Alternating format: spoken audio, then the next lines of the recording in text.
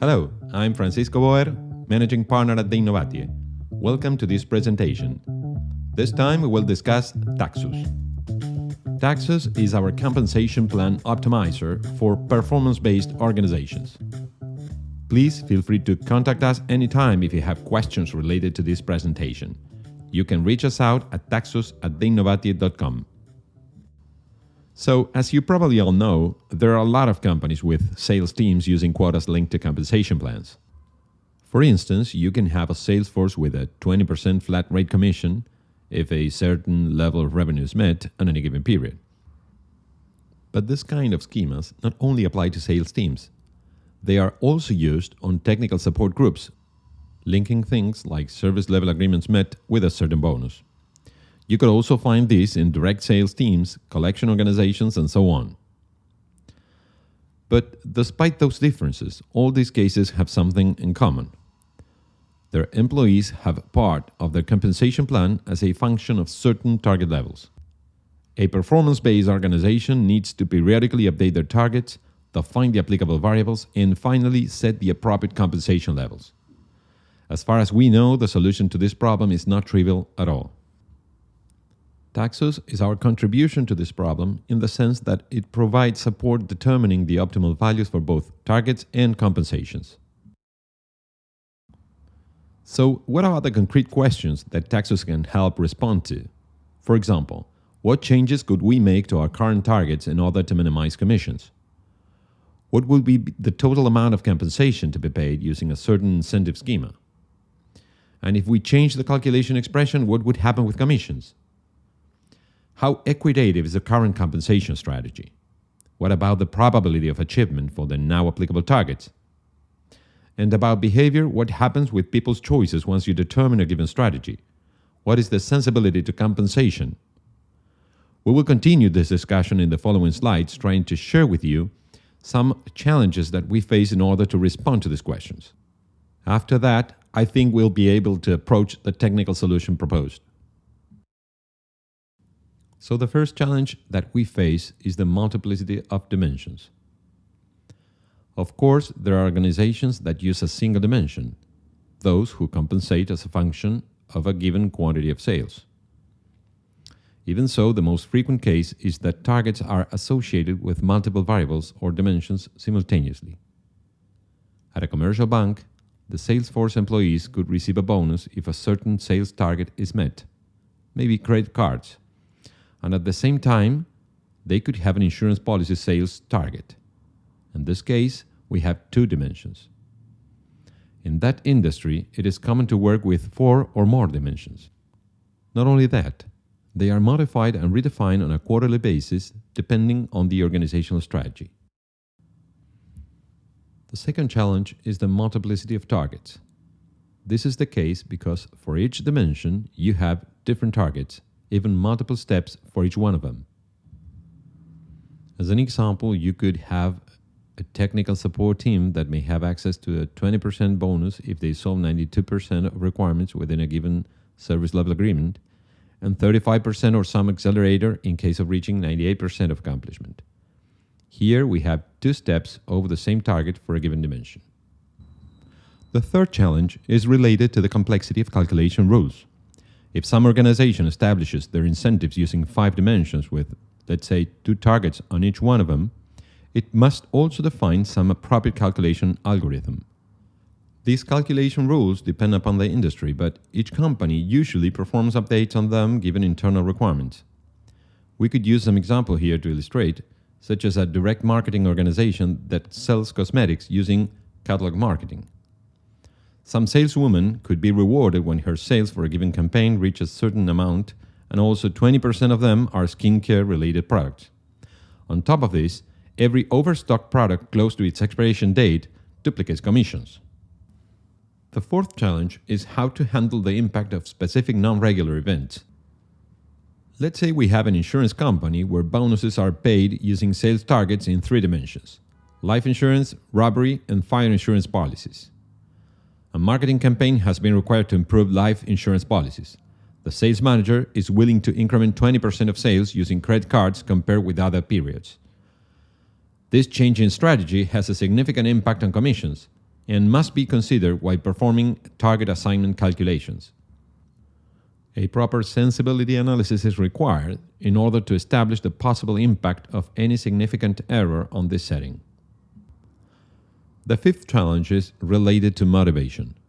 All incentives rely on the assumption that a given sales professional will be somehow inclined to perform a sale pursuing a bonus or similar incentive. Given the differences that we all have as individuals, we must assume that the behavior associated with any given set of targets and incentives will be inherently different between them. As such, any proper model must take into account those differences and include the sensibility of each sales professional to variations on targets or any other component of the compensation schema for that matter.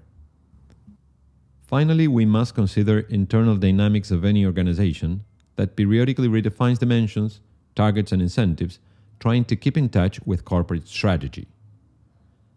Let's see how Taxus works. In this schema, we can have an overview of the main components of the application and its basic relationships.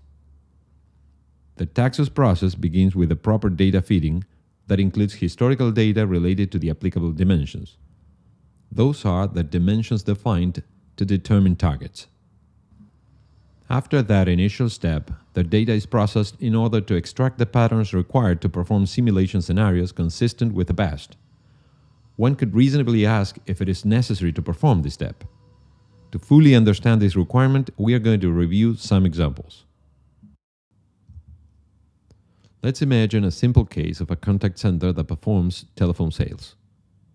The following campaign involves two different customers with a single product for each one. Let's call them, for the sake of simplicity, products A and B respectively. The sales of both products has been chosen by the contact center management as the two dimensions involved in the compensation plan definition. A policy has been established such that only those operators who achieve both targets simultaneously will receive a commission. Let's consider a single operator. We can see his sales potential for both products in left and right charts, respectively. It's common practice to establish targets as a value that only could be achieved if the operator performs at a high level, considering individual potential and personal profile. We could set targets in such a way that the operator performs at the top 20% of its capacity.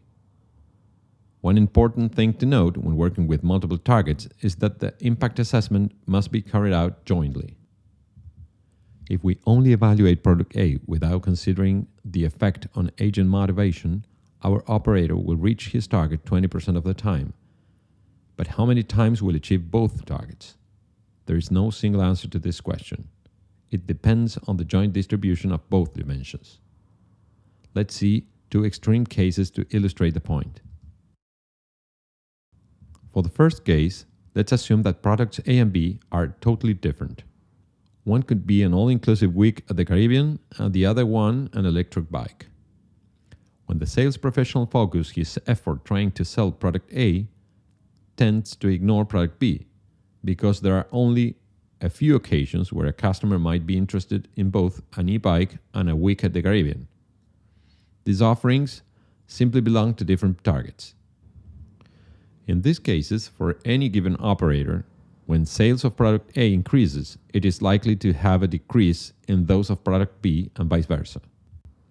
Technically, this effect could be observed through a negative correlation between the sales of both products. From a target achievement standpoint, this situation is a problem because any time an operator approaches to a given target, he moves away from the other, and it becomes extremely difficult to achieve them simultaneously. In practice, this leads to a reduction in the commitment level of the operators, who consider nearly impossible to achieve their targets and did not perform any additional effort to increase sales, diminishing the very raison d'etre of the compensation plan. Let's take a look at the other extreme case. In this case, both products A and B are similar and complement each other. We could imagine a coffee machine and a coffee grinder. With this product, the agent could naturally synergize sales from A and B. When he approaches product A target, he tends to reach that of product B. This is the case because when the agent contacts a possible customer, he could offer both products with the same effort. Even more, it is possible that some customers demand both products explicitly. Unlike the previous case, sales from product A are positively correlated with those of product B. In practice, this offloads the agents because once they approach one target, chances are they will approach the other. To have a real dimension of the pattern identification problem size, let's consider a financial organization who sets targets based on 8 dimensions. For any given sales professional, there are 28 dimension intersections with different types of dependencies.